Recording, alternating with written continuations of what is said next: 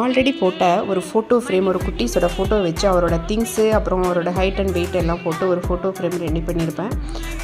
அந்த ஃபோட்டோ ஃப்ரேமை பார்த்துட்டு என் சின்ன பையன் எனக்கு இந்த மாதிரி ஒன்று செஞ்சு கொடுங்க அப்படின்னு சொல்லி கேட்டிருந்தான்.